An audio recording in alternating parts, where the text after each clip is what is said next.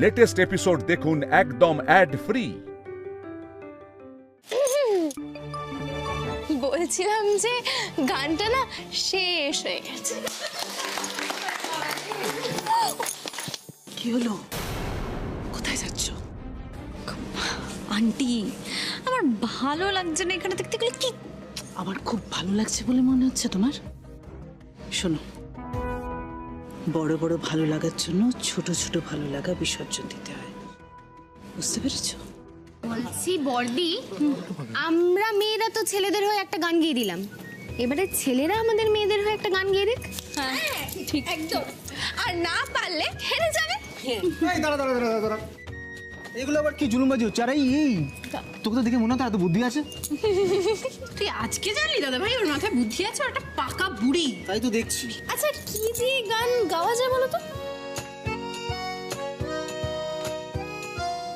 আ দিয়ে দেখি, আ দিয়ে গাইতে পারো? হ্যাঁ জাগা ছোড়দা ভাই, আ দিয়ে গান গাও। আ আ তো গাগা আরে ধরো, আদি ধরো। আ দুই এক সেকেন্ড আদি ধরো ধরো ধরো ধরো ধরো ধরো ধরো পারো। আচ্ছা এই বাঁচাও, কি বাঁচাও বাঁচাও, মানে? বাঁচাও।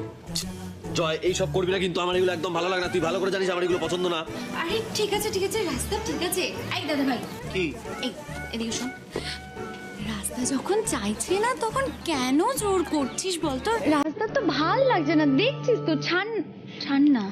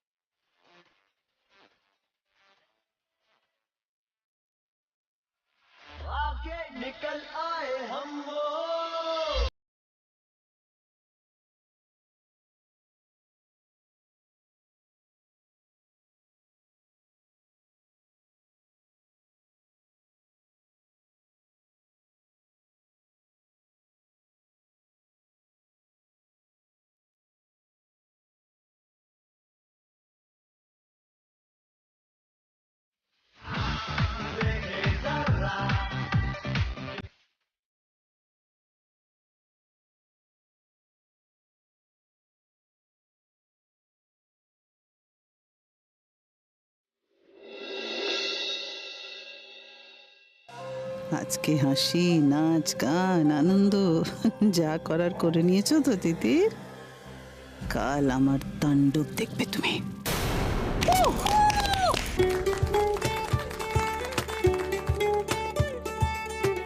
দেখেছিলে তুই? আমি বলেছিলাম না এদের খুব ভালোভাবে জমবে, হই হই করে জমবে। আমি তো আগেই বলেছিলাম, তুই এখন কেন বলছো? যত সব। যারা একটা সামান্য নাচ গান নিয়ে এত ভবিষ্যৎবাণী করতে পারে, তারা তো রাস্তায় চট পেতে টিয়া পাখি নিয়ে বসলে পারে।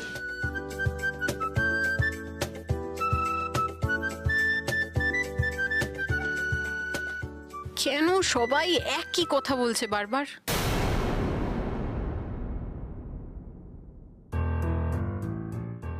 খুব সাবধান তিতির, নিজেকে বিপদের হাত থেকে নিজেই বাঁচাতে জানতে হয়, না জানলে বিরাট ক্ষতি হয়ে যায়।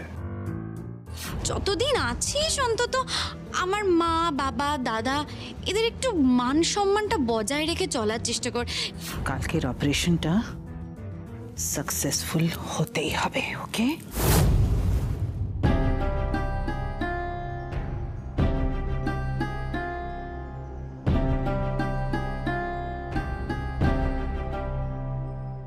দিদি, তুই বড্ড সরল।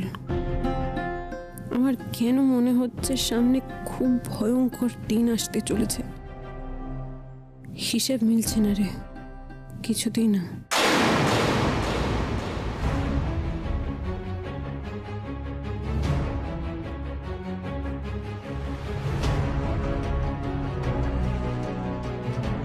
কোথায় যাচ্ছিস তিতির? দিদি তুই উঠলি কেন? তুই ঘুমো, আমি জল খেতে যাচ্ছি। তিতির, হ্যাঁ তিতির, তুই আমাকে এখানে একা ছেড়ে কোথাও চলে যাবি না তো? তুই হঠাৎ এই প্রশ্ন করছিস কেন? তোর তোর কি ভয় করছে দিদি? দেখ দিদি, জয়রাজকে আমি ভালোবাসি ঠিকই, কিন্তু ওর সাথে তো আমার বেশি দিনের পরিচয় নয়। আর দিদি, তুই সকালে যে কথাগুলো শুনেছিস সেগুলো যদি সত্যি হয় তাহলে সত্যি মিথ্যে তো আমাকে ভাবাচ্ছে রে দিদি। কেন মনে হচ্ছে কিছু একটা গোলমাল তো আছেই, বুঝতে পারছি না। কালকের দিনটা আমাদের খুব সাবধানে থাকতে হবে, কিন্তু তুই একদম চিন্তা করবি না। তোর গায়ে আমি কোনো আঁচ লাগতে দেব না। তোকে ছেড়ে আমি যাব না দিদি। মালিনী ব্যানার্জির উদ্দেশ্য না জানা পর্যন্ত আমি এখান থেকে এক পাও নড়ব না, কিছুতেই না। আচ্ছা দিদির, তুই যদি সারাক্ষণ এভাবে আমার কথা ভাবতে থাকিস তাহলে নিজের জীবনটা কিভাবে কাটাবি বলতো? আমার আর জীবন, এত রাত্রে কে করা নাড়ছে বলতো? দিদির এই দিদির মা নাম তো। ভয় পাচ্ছিস তো? তার মানে তুইও মালিনী ব্যানার্জিকে ভয় পাচ্ছিস, যতই মা মা বলে ডাক মন থেকে মানতে পারছিস না। না দিদি, সেরকমটা নয় আসলে। তুই যা যা বললি তারপরেও আমি জানি। কে? আরে কে সাড়া দিচ্ছে না কেন বলতো? ভগবান জানে কেন সাড়া দিচ্ছেন। আমি বোধহয় জানি কে এসেছে। আজকে আমি যদি ওর মাথা না ভেঙেছি না, আমার নাম। আরে দিদি দাঁড়া, কার মাথা ভাঙার কথা বলছিস তুই? কার মাথা ভাঙবি দিদি? কার মাথা ভাঙবো? বাড়ি দিদি রে, শ্বশুর বাড়ি তো। শান্ত হয়ে শোন, কে এসেছেন জানো? তোমার সম্মানীয় শ্রী শ্রী অসুন্না ভাসুর কি সব বলে, শ্রী শ্রী সোমরাজ ব্যানার্জি এসেছেন। এত রাত্রিবেলা একমাত্র উনি পায়ে পা লাগিয়ে ঝগড়া করতে এখানে আসতে পারেনি। আমি আজকে ওনার মাতনি তো স্বামী। দিদি তুই দাঁড়া, স্বামী না, এটা রাখ, এটা রাখ দিদি, এটা। এই দেখুন আপনি। মা, ও বাবা, তোরা তোরা এখানে কি করছিস? তোরা তো মেহেন্দি পরে মাসির বাড়ি চলে গেছিলি। বাবা বর্দি ভাই, আগে তো আমরা এলে খুশি হতিস রে, এখন বরকে পেয়ে আমাদেরকে ভুলে গেছিস। দেখেছিস তো চোদ্দি ভাই, বিয়ে পর ঠিক এটাই হয়। ঠিক বলেছিস রে বুনু, ঠিক বলেছিস রে বুনু। দুটো কানটা না ধরে মুলে দেবো, বেশি পাকা। কি হয়েছে বাবা, কোনো সমস্যা হয়েছে? মাসি বাড়ি থেকে চলে এলি কেন? তুলি দিদি কিছু বলেছে? কি হয়েছে? কিচ্ছু বলেনি তুলি দিদি। আসলে কালকের পর তো আবার কবে দেখা হবে আমরা জানি না, তাই আমার খুব মন খারাপ লাগছিল। আজ না আমরা একসঙ্গে শোবো চারজন। আচ্ছা, এটা খুব ভালো কথা যে আমরা একসঙ্গে শোবো, কিন্তু তোরা সাড়া দিচ্ছিলি না কেন বলতো? এই যে ও বললো তোদের দুজনকে না একটু ভয় দেখাবে। হাই, ভয় দেখাবে? তোরা ভয় দেখালি যেন আমরা ভয় পেয়ে যাই। ও পায় না ভয়। এদিকে দেখ, এইটা কি হাতে? আর একটু হলে না এটার বাড়ি খেতি মাথায়, তখন বুঝতে পারতি। আজকে কতদিন বাদে আমরা চার বোন একসাথে শোবো। ঠিক বলেছিস। জানিস তো আমাদের তো এখন টি পার্টি করা সম্ভব না, কিন্তু আমরা সারা রাত ধরে গল্প করবো। আমাদের চার বোনের যদি একই বাড়িতে বিয়ে হতো, যদি একসঙ্গে থাকতে পারতাম তাহলে কি ভালো হতো, তাই না? শোন না বর্দি ভাই, কি বলছি সোমরাজ দা জয়দা যদি মেলায় হারিয়ে যাওয়া কোনো ভাই থাকে, খুব শখ না বিয়ে করার? আরে শোন আমার কথাটা আগে শোন, তাহলে আমরা চার বোনে মিলে মালিনী ম্যাডামকে টাইম দিতে পারতাম। টাইট দেওয়ার জন্য না মাথাটা ঠান্ডা হতে লাগে। এইরকম একটা মাথা নিয়ে, একটু গোবর পোড়া মাথা নিয়ে কিছু হয় না, ঠিক আছে? মাথাটা ঠান্ডা করতে গেলে তেল লাগাতে না, আগের মতো ঠান্ডা তেল লাগিয়ে দিবি মাথায়। একদম লাগিয়ে দাও। এই আমিও লাগাবো। আচ্ছা ঠিক আছে ঠিক আছে, তাহলে সবাই সবাইকে মাথায় তেল মালিশ করে দেবে। হ্যাঁ। ওকে, তাহলে আমি তেলটা নিয়ে আসি। হ্যাঁ, নিয়ে নিয়ে নি। বসে পড়ো, বসে পড়ো। যা বনু, নিচে বস। হ্যাঁ, এই ভালো করে দিস। দেবো বাবা, ভালো করে দেবো। কোয়েল, এই নাও। এই তো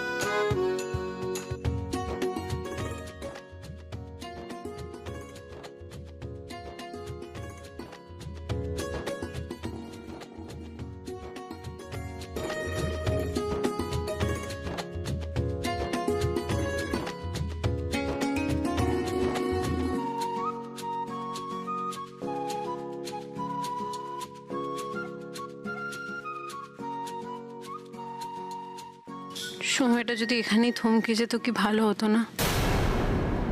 আমি জানি না কালকে কি হতে চলেছে। আমার যাই হোক, আমার দিদি আর বোনেদের যেন এই হাসিটা অক্ষুণ্ণ থাকে।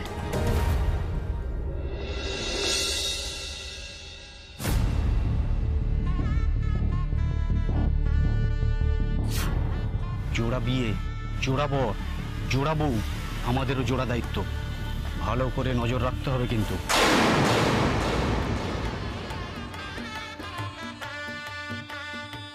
ওফো, ও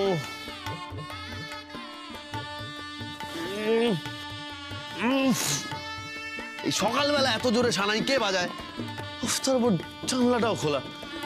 এই তিতির বসু আসার পর থেকে আমার জীবনটা একেবারে অতিষ্ঠ করে তুলেছে।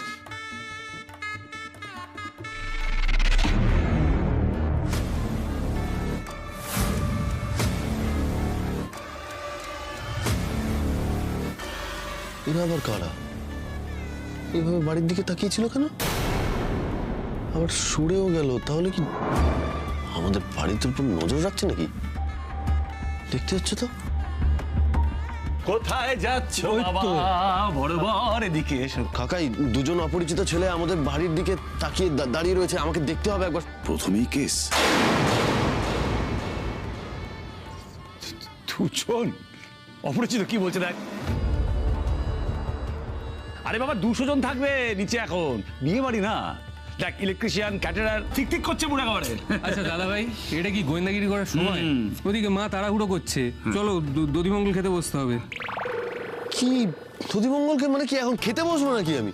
না না, আমি খেতে পারবো না। আমি মায়ের সাথে কথা বলে নেবো এখন। কোনো শান্ত হও বড় বাবা, শান্ত হও। কাকাই একটু বোঝা না রে ভাই। ছোট ভাই। দাদা ভাই, এত ভোরবেলা এতগুলো প্রশ্ন কেন করছো তুমি? ভাই। এই ঠিক সময় সব কাজ না হলে কিন্তু আমার মাথা গরম হয়ে যায়। মাথা গরম হয়ে যায়। পাঞ্জাবিটা পরো।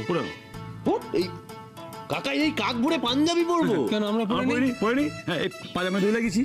হ্যাঁ না, ওটা বাকি আছে। লাগাতে হবে তো, খুলে পড়ে যাবে তো। ঠিক আছে। ওই তিতির বসু না থাকলে না আমি কোনো ভুল কাজ করতাম, না আমায় সাত সকালে এরকম একটা সং সাজতে হতো। এইটা, এই দিদি বলছি, তুই এই হারটা পরবি বললি তো? হ্যাঁ, মা তো কালকে তাই বললেন। এই দিদি, বাকি মেকআপের দায়িত্ব কিন্তু আমার। শোন না মুনিয়া, বলছি তুই যদি তোর মেজদি ভাইকে তাড়াতাড়ি সাজিয়ে গুছিয়ে রেডি করে দিতে পারিস, তাহলে আমার তরফ থেকে তোর জন্য 1 প্যাকেট লজেন্স, ঠিক আছে? হ্যাঁ হ্যাঁ। কিন্তু সে কোথায় গেল বলতো? কি জানি। মেজদি, এই মেজদি। এই দিদি, তুই এখনো রেডি হসনি? কি করছিস বলতো তোরা বসে বসে?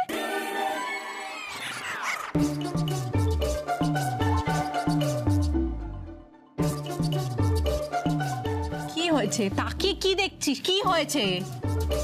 তুই সকাল সকাল উঠে নিজে নিজে শাড়ি পরে ফেললি?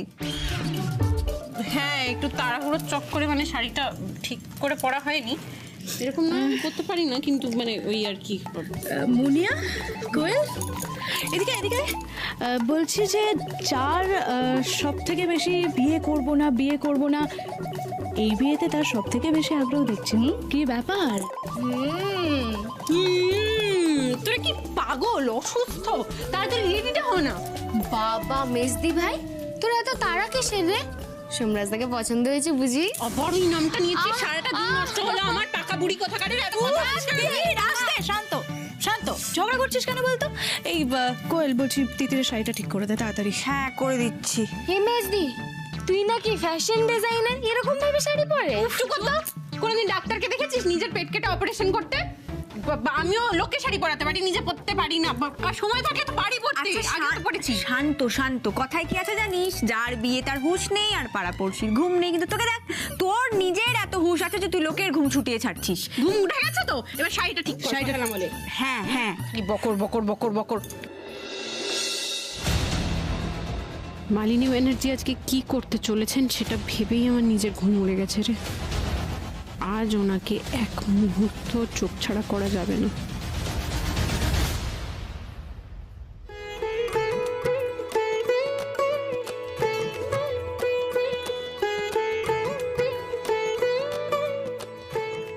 ও বড় বাবা, আমার 2 নাতবউ কোথায়? তারা তো আসেনি। এই রাজনা, দেরি হচ্ছে কেন? শিগগিরই নিয়ে আয়। এই তো মা এসে গেছি।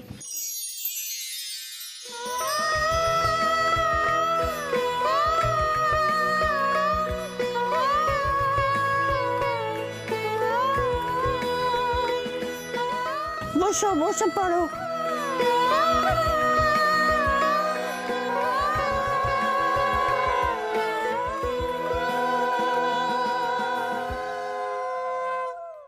বৌদি বলছি এবার তো অনুষ্ঠান শুরু করতে হবে, আমাকে তো আবার ক্যাটারারের সঙ্গে কথা বলতে যেতে হবে, অনেক কাজ। দেখেছেন না কি বিরল দৃশ্য, আপনার নাতিরা আর নাত বউরা সব একসঙ্গে বসে দধিমঙ্গল খাচ্ছে। ও দাদু ভাইরা, আমার কথাটা ভালো করে মন দিয়ে শুনে নাও, বুঝেছো? এই যে এখন দধিমঙ্গল খাচ্ছ, এটা করে পেট ভরে খেয়ে নাও, কারণ বিয়ে শেষ না হওয়া পর্যন্ত আর কিচ্ছু খেতে পারবে না, কাজেই পেট ভরে খাও। না নাত বউরা, ওদেরকে তো বলা হয়নি, নাত বউ দুজনকেই বলছি, এই দধিমঙ্গলটা ভালো করে খাবে পেট ভরে, কারণ সারা দিন উপোস থাকতে হবে, সেই বিয়ের পর তারপর খেতে দেব, বুঝেছো? খাও। অত চিন্তা করবেন না মা, আমার ছেলেরা বৌমারা সব আপনার কথা শুনে চলবে।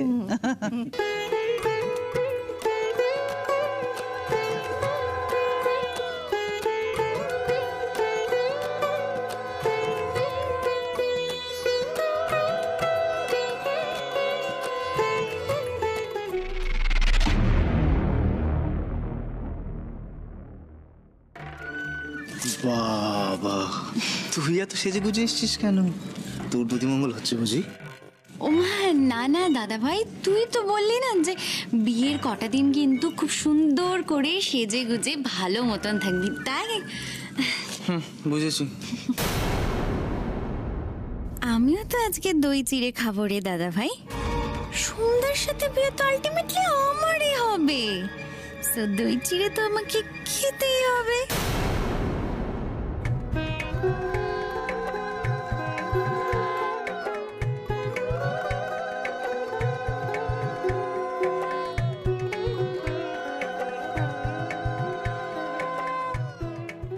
মা, ও মা দেখো না সবাই কি সুন্দর দধিকর্মা খাচ্ছে, তুমি আমাকে একটু দধিকর্মা খাইয়ে দাও না গো। আরে কি রে বাবা, এইরকম হাসার কি হলো? আমি কি কি এমন খারাপ বললাম? না না, তুমি বুঝতে পারোনি, তুমি আসলে একটু ভুল বলেছো। তুমি দধিকর্মা বলেছো তো? দধিকর্মাটা সরস্বতী পুজোর পর দিন হয়, আর এটাকে দধিমঙ্গল বলে। সে যাই হোক, ও মামা একটু খাইয়ে দাও না, আমি একটু দধিমঙ্গল আমি একটু খেতে চাই। বোকা মেয়ে, দধিমঙ্গল তো খায় হচ্ছে যাদের বিয়ে হবে সেই বরকনেরা, খালি পেটে। হ্যাঁ মা, আজ তো আমার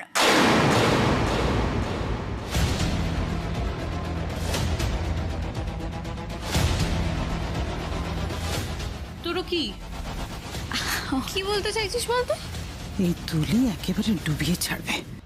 আরে তিতির, আমি এটাই বলতে চাইলাম যে ওই যে দই চিড়ে মিষ্টি যে খাচ্ছিস ওটা আমার না ভীষণ পছন্দের, আমার খুব খেতে ভালো লাগে। আমি তোর পছন্দের। তুই আবার দই ছিঁড়ে খাওয়া খাওয়াতে শুরু করলি? তোর তো এগুলো দেখলে নাক শিট করতিস। আরে ও পাগলি চা, পাগল তো আছে বুঝতেই পারছি। নো নো নো, আমার সত্যি ভালো লাগে, কি টেস্টি খেতে হয়। ও দধিমঙ্গল খেতে চাইছে কেন? আর মালিনী ব্যানার্জি বা ওকে ভেবে দেখছেন কেন? তুলি তুলি তুলি, শোন মা, আমার কথা শোনো। এই দধিমঙ্গল শুধু বর কনের জন্য, তোমার এটা খাওয়ার কথা না। আচ্ছা ঠিক আছে, তোমার যখন দই চিড়ে খেতে অতই ভালো লাগে, আমি না হয় তোমার জন্য আলাদা করে মেখে খাইয়ে দেব। হ্যাঁ কিন্তু আন্টি, বিয়েটা তো আজকে আমারও, তাই না? শোনো তুলি, এমন কিছু করো না, এমন কিছু করো না যাতে তিতিরের সন্দেহ হয়, বুঝতে পেরেছ? কি কাণ্ড দেখুন তো বেয়ান, আপনি খুব তাড়াতাড়ি কিন্তু তুলির বিয়ে দিয়ে দেবেন, বুঝেছেন তো? ওর দধিমঙ্গল খাওয়ার শখও মিটবে, তাই না? বেশ মা, আমার যা খাবার ছিল খাওয়া হয়ে গেছে, আমি রুমে গেলাম একটু। রাজ রাজ, রাজ আমার কথা শোন। এখন ভালো লাগছে না এইসব শুনবো না আমি, তোর একটাও কথা শুনবো না। আমি পুরো বিয়েটার নিয়ম মেনে করছি যাতে তোদের ভালো হয়, মঙ্গল হয়। তোকে আমার কথা শুনে চলতে হবে। হ্যাঁ, বড় বৌমার সঙ্গে আমি একেবারে একমত। বড় বৌমা, এরপর জল সইতে হবে, মানে জল আনতে যেতে হবে, গঙ্গা জল, গঙ্গায়, বুঝেছো? এটা করতেই হবে। আর ছোট বৌমা, তুমি যাবে তো ওর সাথে? হ্যাঁ মা, ছোট তো যাবে, সুদীপ্তাও যাবে, কিন্তু আমিও এদের সঙ্গে যাব জল সইতে। তাতে আমার ছেলেদের মঙ্গল হয়, ভালো হয়, ওরা সুখী থাকে। এবার আমি আসি।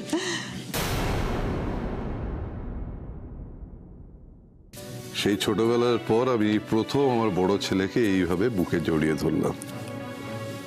আমার কি মনে হচ্ছে জানিস, আমার জীবনে আর কোনো অপ্রাপ্তি রইল না। এভাবে কেন বলছো বাবা? হ্যাঁ, আমি তোমার চেয়ে মায়ের সঙ্গে একটু বেশি কথা বলি, বেশি মিশি, তাই বলে তো আমি তোমার... না রে, অভিযোগ করছি না। আমি কেবল জানতে চাইছি যে তোর মনে এত দ্বিধা কিসের, কি নিয়ে এত ভাবছিস তুই? আমি জানি না বাবা, আমার প্রথমবার একটা কাজ করার পর এত টেনশন কেন হচ্ছে আমি জানি না। আমি কি কোনো ভুল করলাম? তার কারণ তুই প্রথমবার কোন একটা সিদ্ধান্ত একদম একা নিয়েছিস, তোর মায়ের সাহায্য ছাড়া। তিথিরের সিঁথিতে সিঁদুর পরানোর সিদ্ধান্তটা তোর একার, তাই তোর টেনশন হচ্ছে। আরে এরকম টেনশন হওয়া ভালো রে, কারণ তোর একটা নতুন জীবন শুরু হচ্ছে, একটা নতুন মানুষকে নিয়ে, আর সেই জন্য তুই উদ্বিগ্ন। এর অর্থ হলো তুই এই মানুষটার প্রতি তোর দায়িত্ব, তোর কর্তব্য সব যথাযথভাবে পালন করবি, সুন্দরভাবে পালন করবি।